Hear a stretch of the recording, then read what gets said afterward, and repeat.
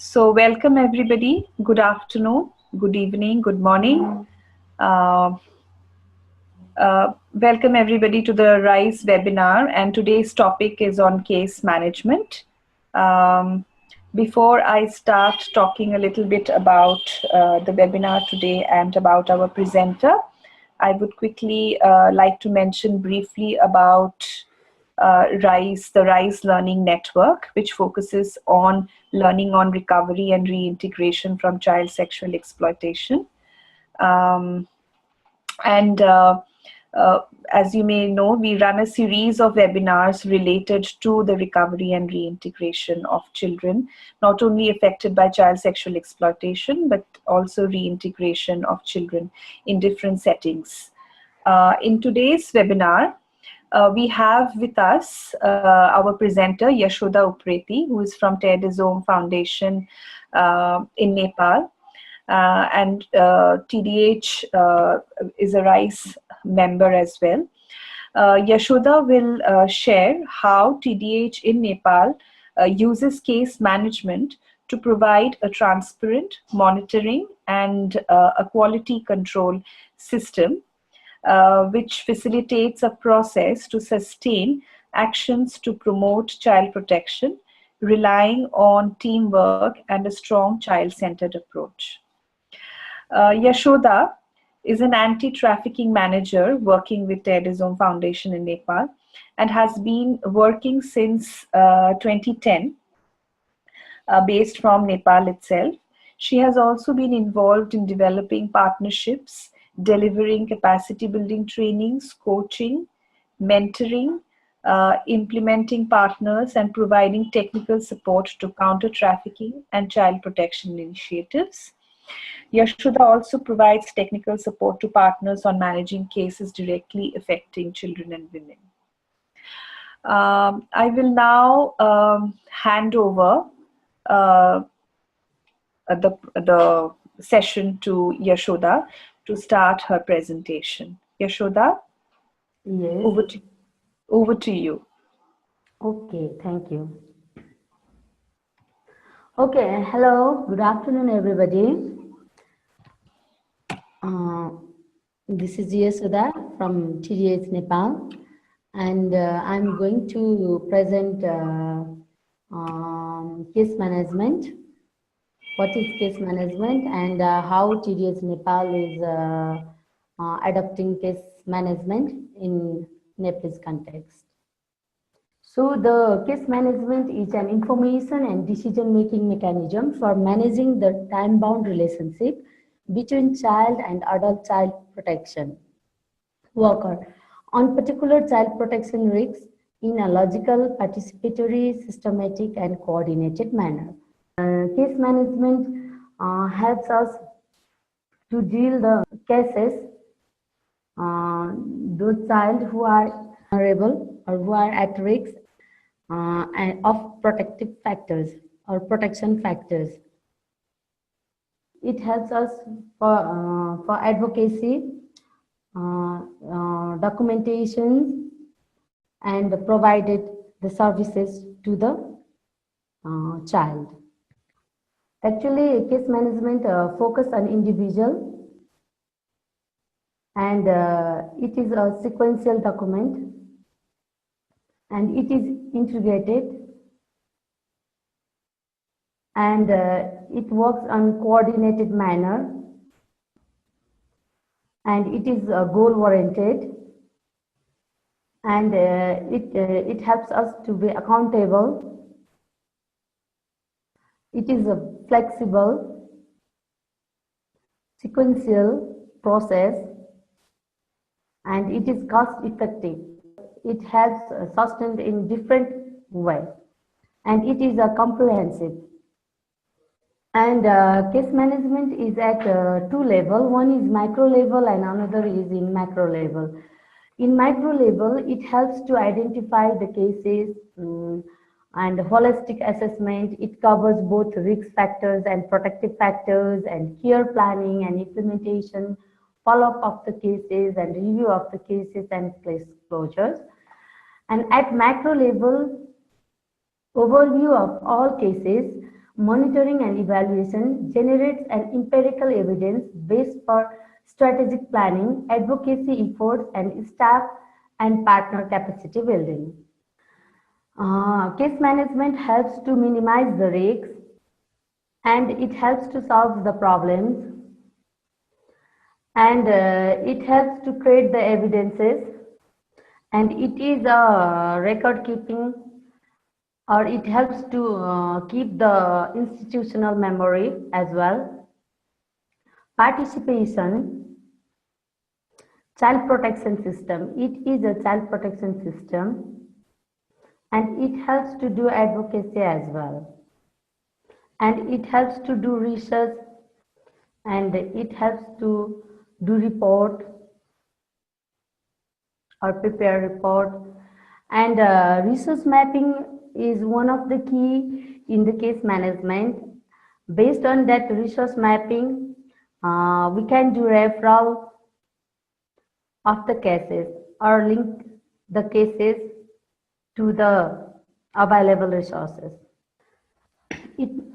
It helps us to be accountable and case management always encourages us to work on time boundaries. So in case management, there is a 6 steps. There is a 6 steps of case management. That is the identification of the cases, identifications of the cases vulnerable children, and holistic assessment of that cases of that individual children and family, and then develop an individual care plan for each child. To provide the quality services in case management, we need to develop one care plan. And after developing the care plan, we need to implement the care plan. And the next step is follow-up and review of that implementation. And during that review period, still the case is at risk or the set objectives were not met, again we need to do detailed assessment and we will follow the same process: assessment, care plan, implementation of care plan, and follow-up and review. If the set objectives were met and the child is no more at risk, then we can do the case close. The last stage is case close. Here you can, while following these steps, we can ask with us, like while identification, during the identification stage, we need to think, is this a valid concern or is this a genuine case, or it is the case, if the case is really in need of case management or not. If the answer is no, we can do case close or no action. If the answer is yes, we need to process. And the step 2 is this an intervention needed? If yes, we will process.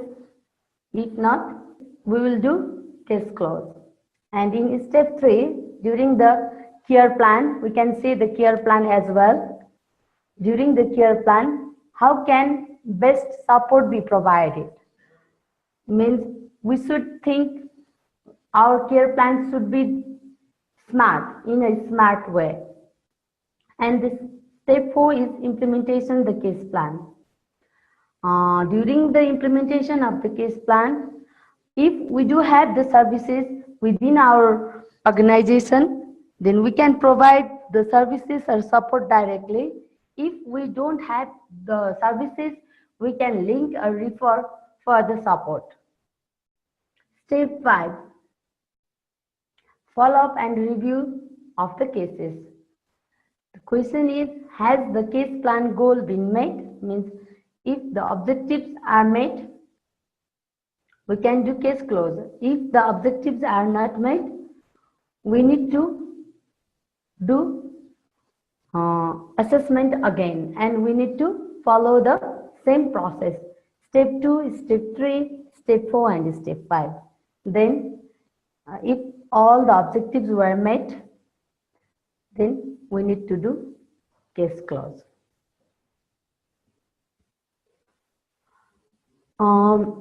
Ideal time frame for case management. I have this actually there is a child protection minimum standard, and there is a interagency case management and protection guideline developed by the interagency. Also, you can find it in the Google as well. So I have taken this ideal time frame for case management from the CPMS standard 15. So the steps is during the assessment, within 1 week of the identification, and for the care plan or case plan, no longer than 2 weeks of the assessment, and follow up and review at least once every month, and final follow up at most 3 months after the case closed.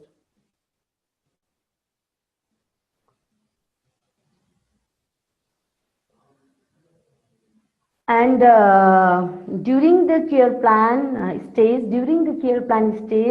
we do have multiple types of.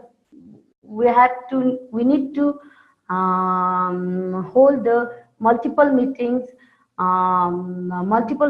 to address the risks of the cases. So you can see here. You can see here the 3 levels of 3 different types of meetings. One is case planning or review meetings, another is case management meeting, and another is the case conference. During the case planning or care planning or review meeting, we will develop the care plan or case plans, and we'll review the cases. And during the case management meeting, we will review the case load of the caseworkers, and we will do supervision of that cases. And the case conference is a formal decision making process, and the case conference, during the case conference, only the complex cases were present in case conference, and it is a multidisciplinary and multi-sectoral meeting. So the case planning or review meeting and the case management meeting is within the organization, and the case conference is beyond the organization. The other relevant organizations or interagency multidisciplinary agencies can be attained in the case conference meeting.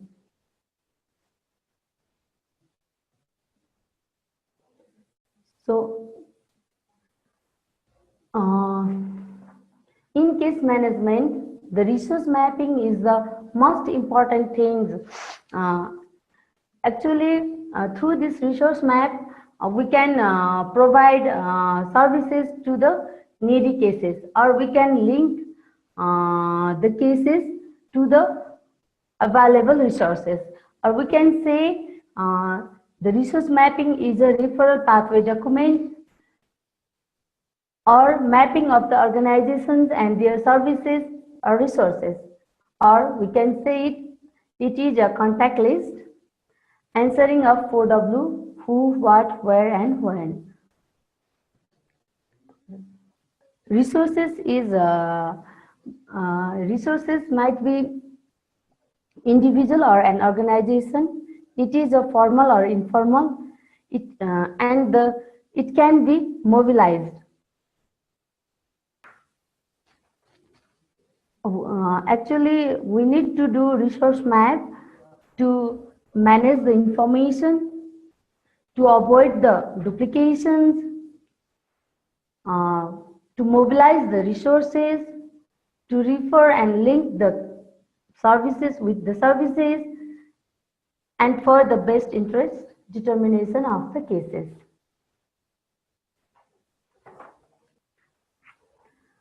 So I would like to entry in the steps of the case management. The first step of case management is, I have already presented, that is identification stage.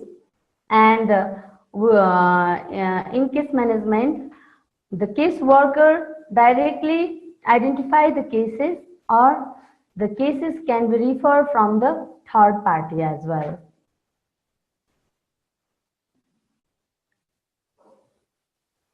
And the cases can be identified by the signs as well, that is physical signs, behavioral signs, concerns reported by friends, family, teachers, or neighbors, disclosure by children or friends, assumption based on emergency. The step 2 is holistic assessment, that is child's development needs. In child development needs, we should think child's development needs, also taking into account issue relating to the effects of abuse, their skills and capacity to protect themselves, and caregiver parenting capacity, taking into account the ability of the parents, caregivers, to protect the child and to meet their needs, and the way in which the family functions. Social and cultural context, including the degree to which the child will be accepted in the community, situation concerning trafficking and attitudes towards children who have been trafficked. Economic factors such as poverty levels of the family and living conditions, options and opportunities for the children in terms of deduction, vocational training and income generation to create viable employment options in the longer term.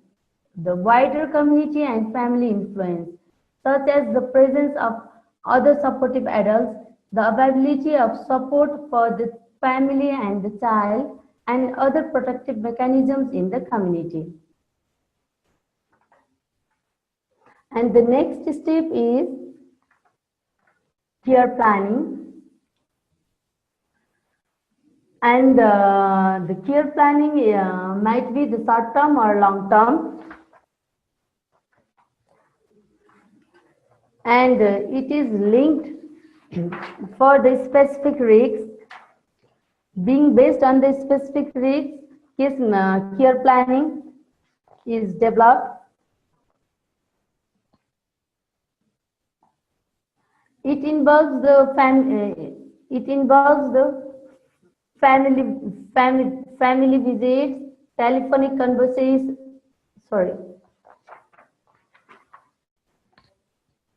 It involves the child, parents, community members, other services providers, relevant authorities, and the reference workers. And different responsibilities and different expectations, balance needs, expectation, and available resources. And always the care plan should be developed being based on the SMART objectives. And after developing the care plan, the next step is implementation and the follow-up of the care plan. During implementation of action plan, while implementing the planning in actions, it can lead to modification of action plan also. And it covers It covers a varieties of activities, that is family visits, telephonic conversations, and referral. And periodic risk assessment is most important while implementing the care plan. And the next is follow-up and review. And the follow-up is checking a child and family's needs are being met throughout the case management process. And review is reflecting on the case plan's implementations. Are objectives being met? Does the plan remain relevant? If not, how to adjust it? Based on those questions, if the answer is yes, then the case close stage came. Otherwise, we need to follow the similar process. And while closing the cases, we need to ask some questions. Is the child is safe? Whose decision is this to make? Why we are closing the case? What is the exit plan? Have we told the child, family, community stakeholders? In case management, from the very beginning of the case management, the child participation and the child participation is most important in case management, and we need to inform the children what is going on and in which stage the case is now, and means we need to inform the children in each steps from the very beginning to the closing steps. So the child is informed about the case close or not, the family, the community. We need to inform about the stages.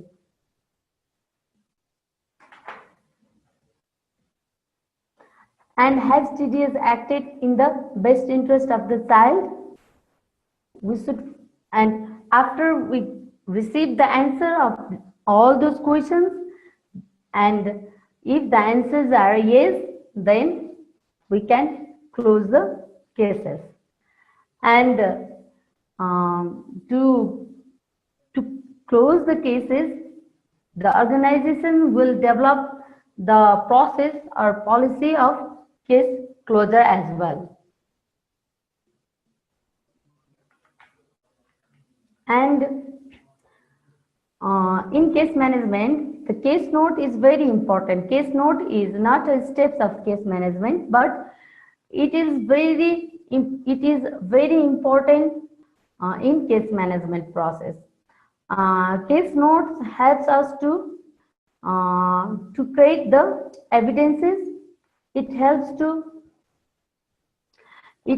make us accountable. It helps to evaluate the cases. Actually, the case note is a record, is a written record, and it communicates about the cases,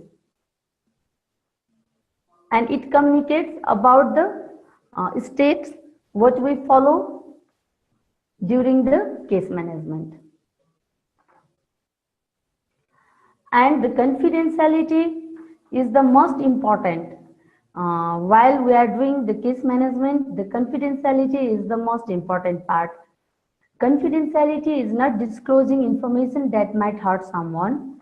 Confidentiality is not disclosing information that the person doesn't want to share with others.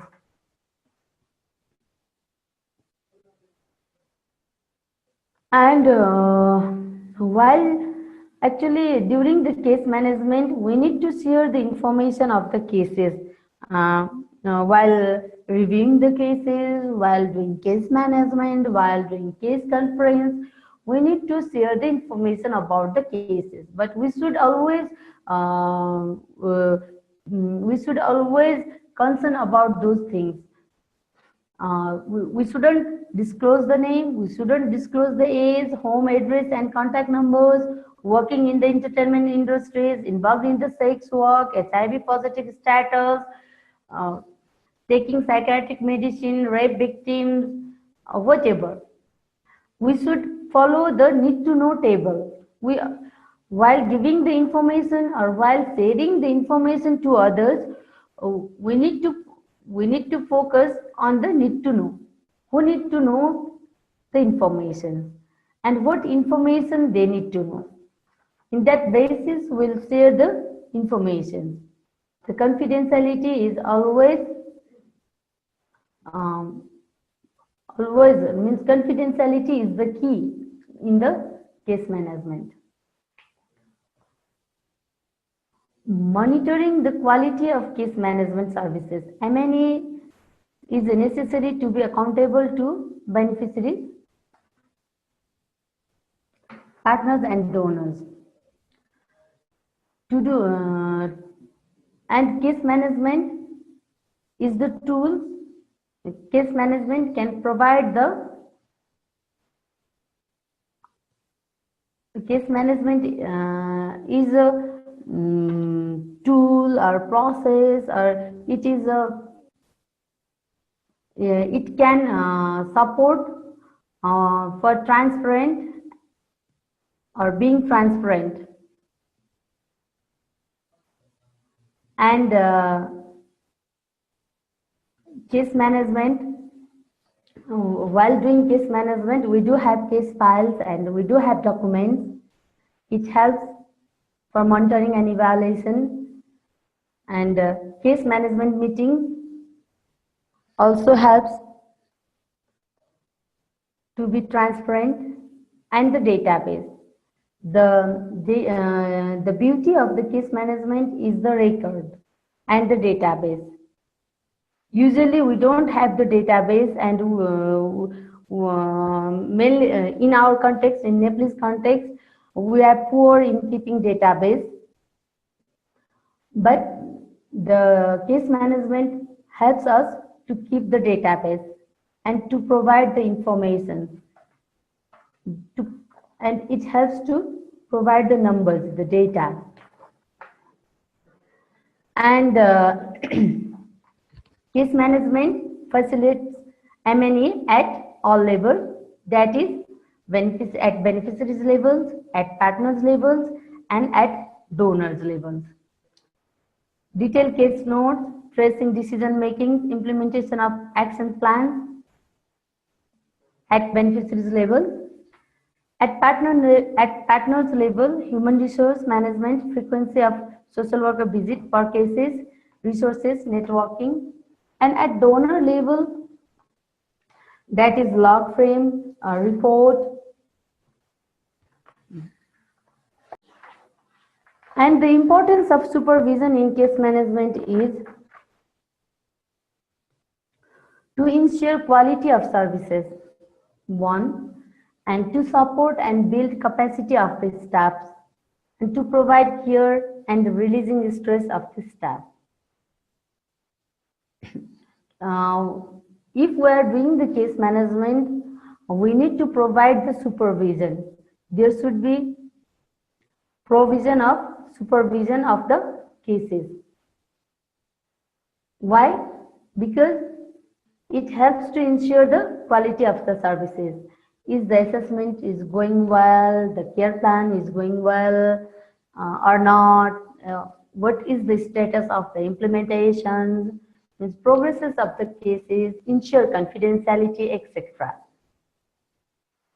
And supervision is to support and build capacity of the staff, that the case workers or the staff need some particular skills while managing the case. Actually, dealing with the child or dealing with the life of the human being is not a joke. So the trained and skilled case worker is required to manage the case, and some particular skill is always needed to manage the cases, that is interpersonal relationship, interviewing skill, showing empathy, coordination and linkages, and some knowledge on thematic issue that is required with the child case worker, child protection worker or case workers. So it helps to ensure those skill is with them or not, or sufficient with them or not. They need to provide some, they need to boost up their skills or capacity or not. And the last one is the case workers are dealing with the cases, and they have to deal with the multiple cases and varieties of cases, so that it creates them the secondary trauma as well. So to release or to ventilate from their work stress, sometimes care for caregiver session is required, and their caseload need to be reviewed, and clinical supervision need to be provided to them to ventilate and to release their stress.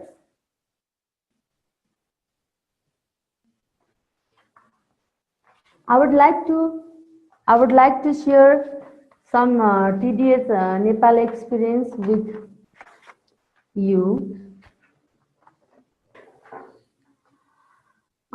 Tedious. We have practiced case management in two levels. One is in community level, and another is in drop-in center level. And in community level, we are practicing multi-sectoral case management and engaging government. But in drop-in center model, we are more focused on within the institutions, then engaging government. But in some cases, in critical cases, we also coordinate and link with the government agencies as well. TDS is one of the resource organizations for the case management in Nepal, and TDS has also supported the government to develop the training guidelines and tools for the case management.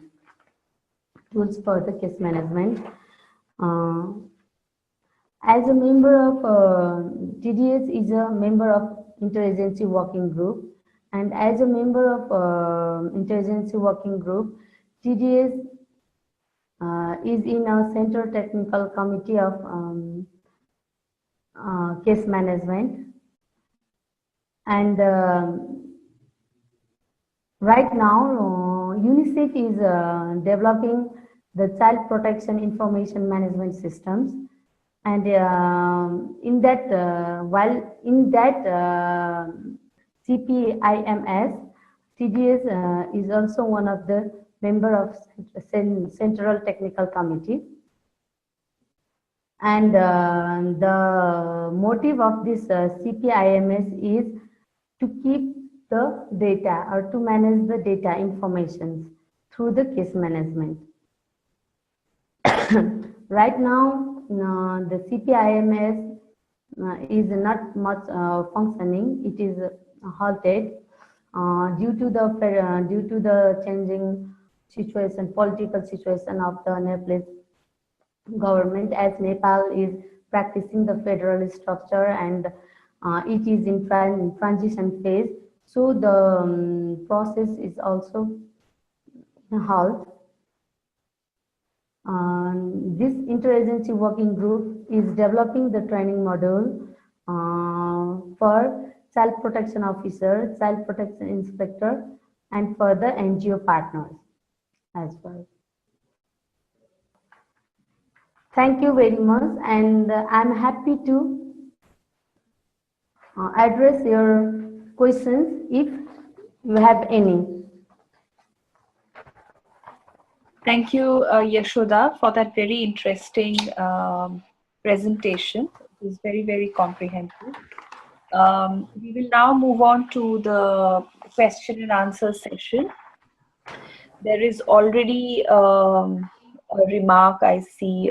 It is a comment actually, Yashoda, from Basanti Khatri, assuming she is from Nepal as well. She says that it was a very helpful presentation for her, and she thanks you for sharing this important tool. I have a couple of questions for you on the Okay. presentation. So the first one, as you mentioned, that case management helps and aids monitoring and evaluation. It's very important. In terms of the application of this case management framework in Nepal, what has been the feedback from the team which has been involved in this case management application? In terms of what difference has it made for them? Any feedback that you have been able to consolidate through your M&E system, or what that has informed your monitoring and evaluation on the work with children, particularly around reintegration. Okay.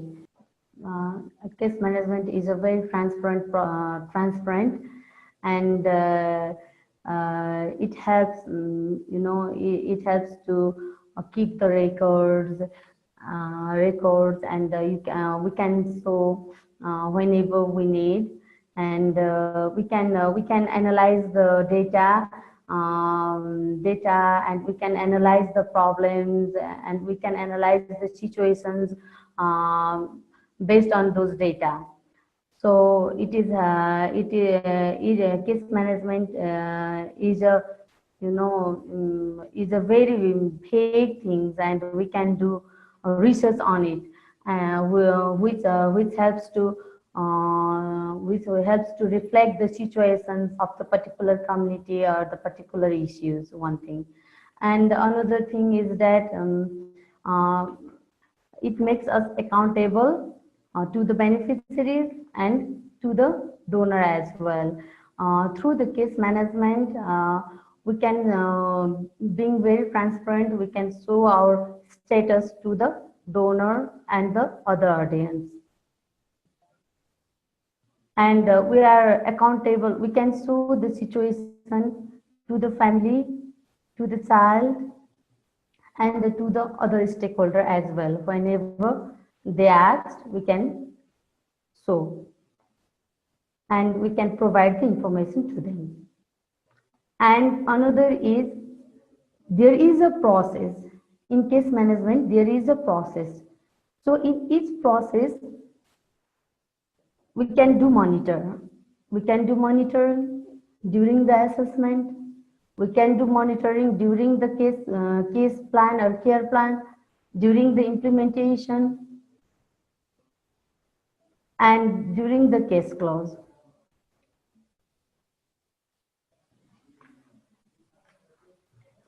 Thank you, Yashoda, for your response. There is another next question. I'll come back to my second question later, but I will read out the next question that has come in from Buthaina from Kenya.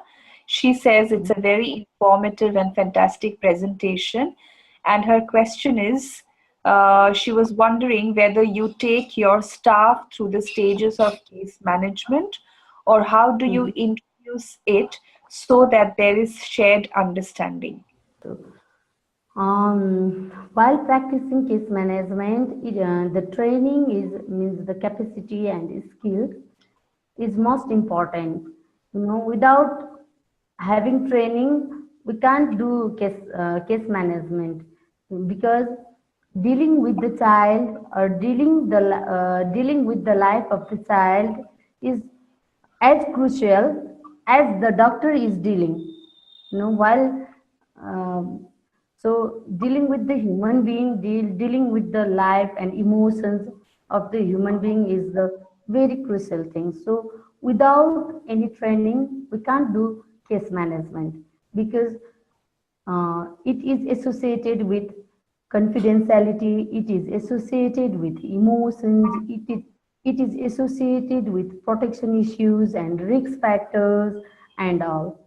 So the case workers or the staffs are all trained in case management. And for us in Nepal, TDS Nepal, we are practicing case management in our project. So after recruiting the staffs, uh, we always provide the training to the program teams, all the program teams, not only for the case workers, but also entire the program team.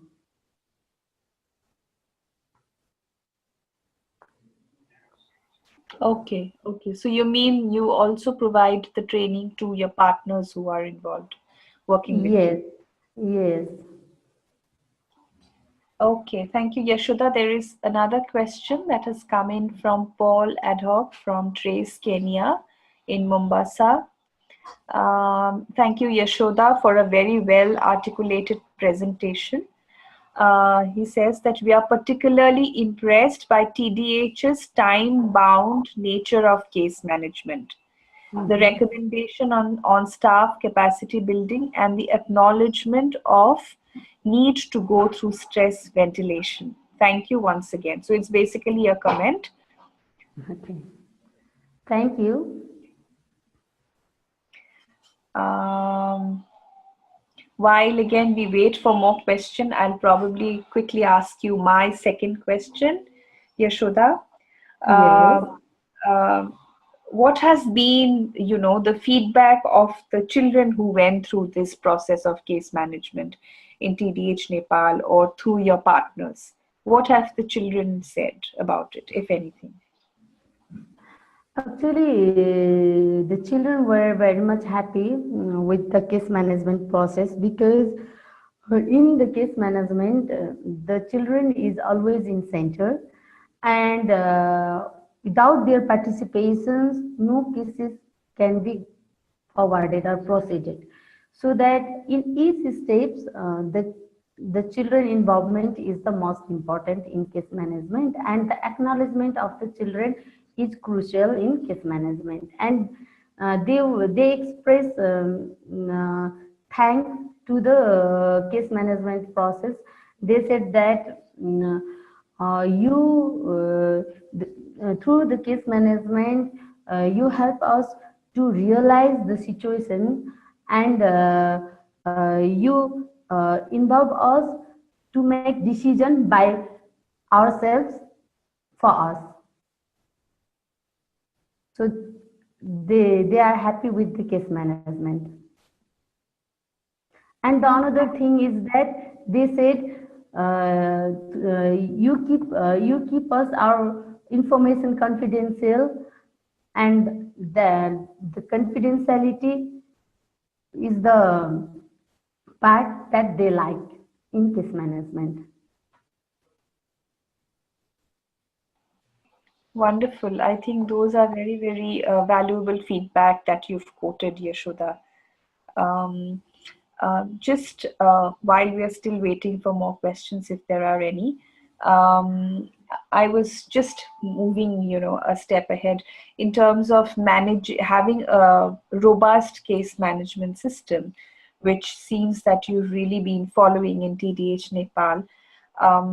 What are the challenges in terms of human resources? Because we are all aware that case management really requires a lot of intensive availability of human resources. What has been your experience in your organization? Yes. In case management systems, we are focusing on the case load. So the in case management, actually we need the trained human resource, and we need sufficient human resource to manage the cases.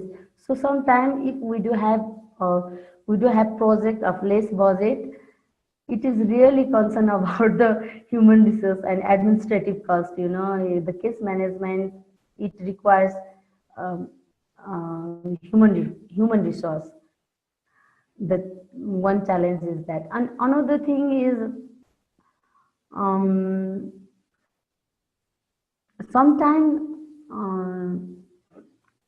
time, the process, while following the process, the child, they are in hurry, and they get restless sometimes. But later on, while their issues were addressed, they get happy. But in the initial phases, sometimes they get restless. Thank you, Yashoda. There is another next question from our colleague Marie, and she asks, what has been, or if you could share a bit about the experience with the interagency collaboration that you mentioned earlier in related to the groups that TDH is currently working with. Okay. What has been, because often that's quite a challenging bit, that working together through an interagency collaboration, it can often get challenging, but what has been your experience? Okay. In working with interagency, TDS has a good experience in Nepal, and TDS and interagency working groups has to develop the training module for the CCWB. CCWB stands for Central Child Welfare Board of Nepal, and we have developed training model together. And in 2013, CCWB also organized the training to the child welfare officials, government officers there, and child right officers of 75 districts. Right now, Nepal is practicing the federal structures, and Nepal is in transition phase. So all the child means the position of child right officer is no more, and government is focusing for the sustainable positions, and government has introduced the child protection officer and child protection inspector to address the protection issue of the children. And CCWB along with the IAWG, Interagency Working Group, they are planning to develop again a training module for CPO, CPI, and NGO partners. And CCWB also develop a resource mapping of service providers in 2013. And the result means it is all done by the help of interagency working group. And right now, UNICEF is leading for Child Protection Information Management System, that is for database, keeping the data. And to develop this CPIMS, it is a Primero software, Primero Plus software. And to develop this Primero Plus software, again UNICEF came, asked for IWG, and TDS is one of the members for the Central Technical Committee of Primero Plus software. So in our experience, means TDS Nepal experience, working with IAWG is good, and we have taken it as an asset as well.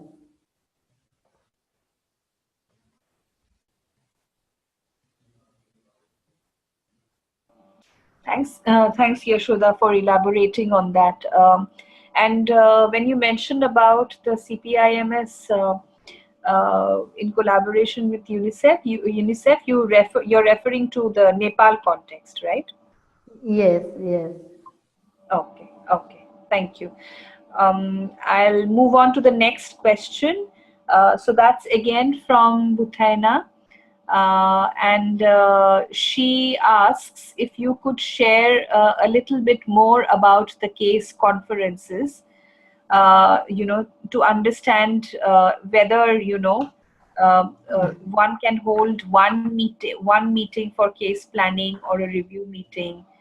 If you Mhm. can like elaborate more about, are these meetings done once or twice, or what is the kind Okay. of the process of those case Okay. conferences? Actually, case conference is not usually done in case management. The case conference is held if the cases is complex cases, if the cases need to be done the BID, best interest determination. mm, Usually for that thing, the case conference is done. And more often, case planning, review meeting, and case management meetings are conducted in the case management,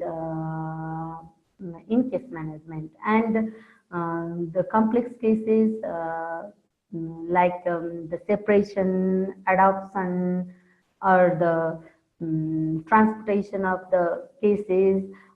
For that cases, or the rape, for that cases, the very critical cases, uh, usually the case conference is conducted, and the case conference is the more formal decision making. And in the case conference, more stakeholders, multidisciplinary stakeholders and multi-sectoral stakeholders, multi-sectoral agencies attend the meeting.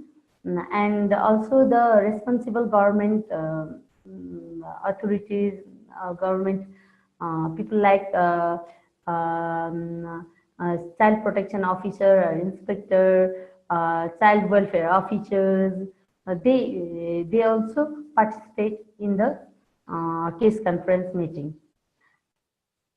And not usually, but if possible, sometimes if it is well planned and well facilitated, the child also attend the meeting.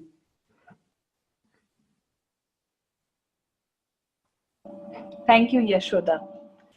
I'll go on to the next question from our viewers, and it's actually a question in two parts, or rather two questions. This is from Joyce from TDH Netherlands, based from Nairobi in Kenya. And the first question is, how flexible is the case management time frame, especially in an intervention that is addressing commercial sexual exploitation of children? Since rehabilitation and reintegration back to families and communities is crucial.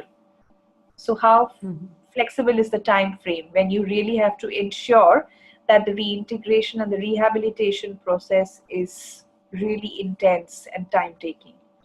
Yes, yes, I agree. And actually, usually the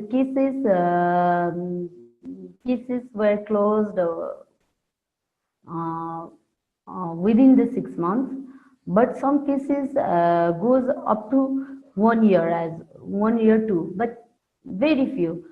And most of the time within the 6 months, the cases were closed. In my experience also, actually, I'm also dealing with the cases of commercial sexual exploitations. So it depends upon the case, how long the case will go. And if it depends upon the case by case. Some cases are closed and managed within 2 or 3 months, and most of the cases takes maximum 6 months, and very few cases takes up to 1 year as well. And and sometimes the case can be reopened as well. We reopen as well.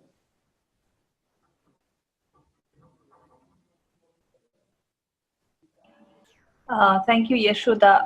The second part, or the second question from Joyce is, how can confidentiality be upheld within a project that is providing case management in a temporary shelter setup, where various kind of stakeholders come in contact, case workers, community volunteers, external stakeholders, all are involved in the case management. So in that scenario, how would one ensure confidentiality? Okay, thank you. The confidentiality is the key for the case management, and until and unless we are not able to keep the confidentiality, the trust will be broken. And if there is no trust of children with us, we can't manage the case. So the trust and the confidentiality is the most important things. And to maintain the confidentiality, to keep the confidentiality, actually we need to develop the confidentiality policy first, and all the staffs should be abide by that confidentiality policy, and they need to follow the confidentiality policy. And the another thing is that uh, the issue and the case is not a topic to share with everybody. So we need to follow the need to know table, which information need to share with whom. Unless that information is not relevant to know with that particular person, we don't need to share that information to that person.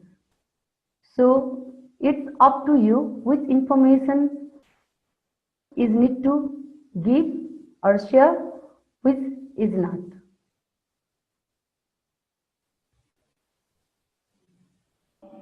Yes, exactly. Thank you, Yashoda. I think that need to know a principle is very, very important to apply when Yes. it comes to confidentiality and sharing of information. Um, we don't have any more questions, and I think we've also covered the time for the question and answers. So maybe we can close the session now. Once again, thank you, Yashoda, for sharing the case management system that is being followed by TDH Nepal, and it's been a very, very interesting presentation.